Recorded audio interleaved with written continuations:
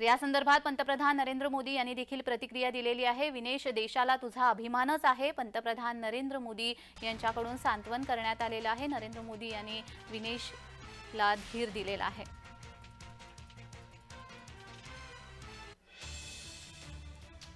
लोकसभेमध्ये एकीकडे गदारोळ या संदर्भातला सुरू आहे। विनेश अपात्र ठरल्यामुळे लोकसभेमध्ये गदारोळ होतोय। क्रीडा मंत्री या संदर्भातलं स्पष्टीकरण देणारच आहे। मात्र दुसरीकडे आता पंतप्रधान नरेंद्र मोदी यांच्याकडून विनेशचं सांत्वन करण्यात येतंय। देशाला तुझा अभिमानच आहे असं पंतप्रधान नरेंद्र मोदी म्हणाले।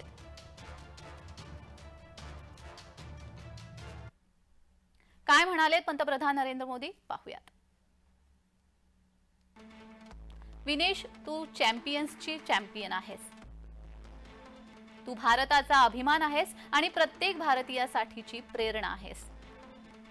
अंतिम सामन्यात तुला खेळता न येण्याचा निर्णय दुखावणारा आहे।